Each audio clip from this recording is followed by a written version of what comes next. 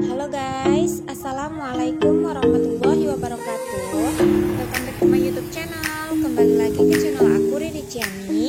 So di video kali ini aku mau memberikan informasi kepada teman-teman, yaitu seputaran informasi penting bagi pelanggan listrik PLN.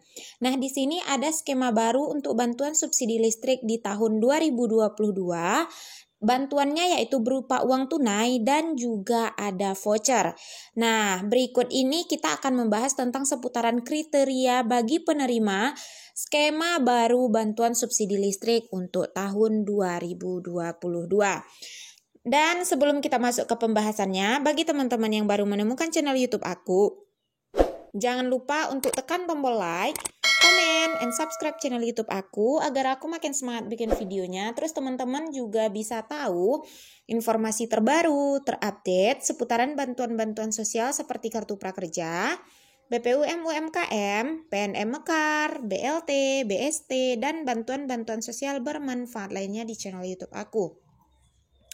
Nah, di sini bagi teman-teman yang ingin bertanya tentang seputaran video yang aku sajikan, bagi teman-teman yang belum paham, teman-teman silahkan komen, namun sesuai dengan judul dan juga isi video ya pertanyaannya. Dan sekarang kita masuk ke pembahasannya, di mana ada informasi penting untuk pelanggan listrik PLN. Nah, di sini ada skema baru bantuan subsidi listrik untuk tahun 2022. Ada berupa bantuan uang tunai dan juga voucher. Berikut kriteria untuk penerima bantuan listrik PLN-nya. Dari Kementerian Energi dan juga Sumber Daya Mineral atau SDM itu memastikan bahwa pemerintah di tahun 2022 ini akan mengubah skema pemberian subsidi listrik PLN. Jadi nantinya masyarakat yang memang berhak mendapatkan subsidi listrik akan diberikan dana bantuan berupa uang cash atau juga uang tunai, atau juga bisa berupa kupon dan juga bisa berupa voucher. Nah, hal yang sama juga disampaikan oleh Direktorat Ketenaga Kelistrikan Kementerian ESDM, yaitu Ibu Rida Mulyana, yang mana beliau mengatakan bahwa untuk perubahan skema penyaluran subsidi listrik yang dimaksudkan agar lebih tepat sasaran kepada masyarakat yang memang membutuhkan atau juga yang memang berhak mendapatkan. Jadi nantinya pelanggan harus membayar sesuai dengan tarif yang bagi yang tidak disubsidi tentunya. Nanti bagi teman-teman yang mendapatkan dana bantuan yang bersubsidi akan langsung dikasih uang cash atau juga berupa kupon, bisa juga berupa voucher untuk membayar listrik bulan itu, dan itu tidak bisa digunakan selain untuk membayar iuran listrik PLN, ujarnya.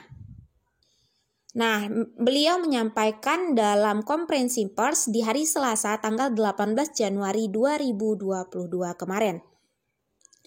Nah, walaupun demikian, kata Ibu Rida Mulyana, skema ini masih dalam proses godok. Pemerintah mulai dari cara, waktu, hingga pihak yang bertugas menyalurkan bantuan atau subsidi listrik tersebut. Dan kemudian beliau juga tidak bilang tak ingin skema yang baru ini akan menyusahkan masyarakat, sehingga dilakukan pembahasan secara terlebih dahulu. Dan di sini Ibu Rida Mulyana juga menegaskan bahwa perubahan skema penyaluran subsidi listrik terbaru ini bukan berarti karena pemerintah ingin mengurangi subsidi bagi rakyat. Namun di sini mereka menganggap bahwa agar melainkan lebih untuk tepat sasaran bagi yang memang berhak mendapatkan. Nah, dengan adanya skema baru dari penyaluran bantuan dana listrik PLN ini, di sini pemerintah juga menyarankan atau berharap bahwa nanti masyarakat yang bagi mendapatkan ataupun tidak subsidi listrik ini agar lebih berhemat dalam penggunaan biaya listrik tersebut.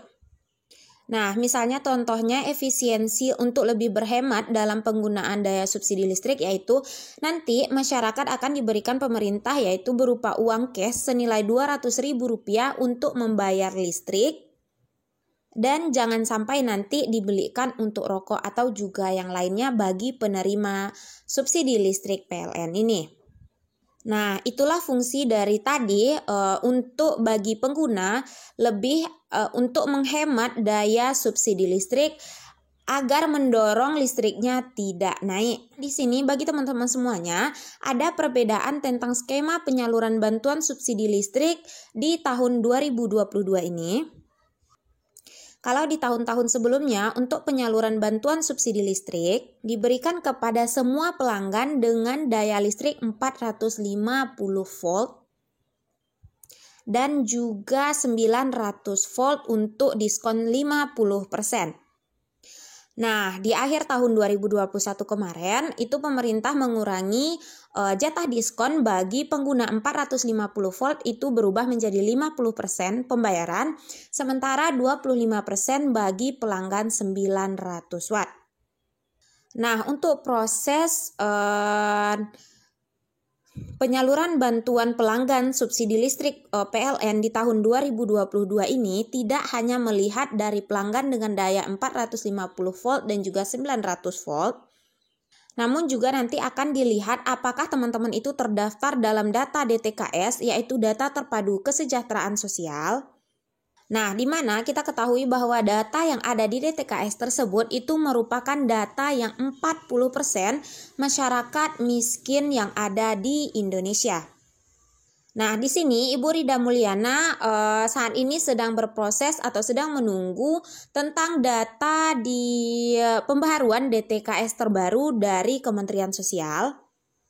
Nah, intinya di sini bagi teman-teman yang akan terdaftar dalam bantuan pelanggan subsidi listrik PLN untuk tahun 2022, yaitu bagi masyarakat yang memang terdata dan terdaftar di data DTKS Kesejahteraan Sosial.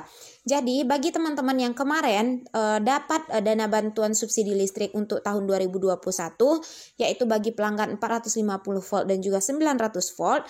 Nah, di tahun ini misalnya sudah tidak dapat lagi karena memang berarti teman-teman tidak terdaftar di data DTKS atau data terpadu kesejahteraan sosial. Silahkan cek apakah teman-teman itu terdaftar di DTKS atau tidak. Jika teman-teman terdaftar di DTKS, maka teman-teman kemungkinan besar akan mendapatkan dana bantuan subsidi listrik PLN di tahun 2022. Lumayan sekali ya teman-teman mendapatkan dana bantuan sebesar sekitar Rp200.000. Namun ini masih ancangan dari pemerintah menurut pendapat dari Ibu Mulyana, dan ini nanti akan diproses terlebih dahulu untuk proses penyaluran akan dilaksanakan atau tidak. Jadi kita semuanya, bagi teman-teman semuanya, silahkan cek apakah teman-teman terdaftar di DTKS atau tidak untuk mendapatkan dana bantuan pelanggan listrik PLN untuk tahun 2022 yang bersubsidi. Oke, sekian dulu informasi yang bisa aku sampaikan. Semoga informasi ini bermanfaat. Thank you for watching dan assalamualaikum warahmatullahi wabarakatuh.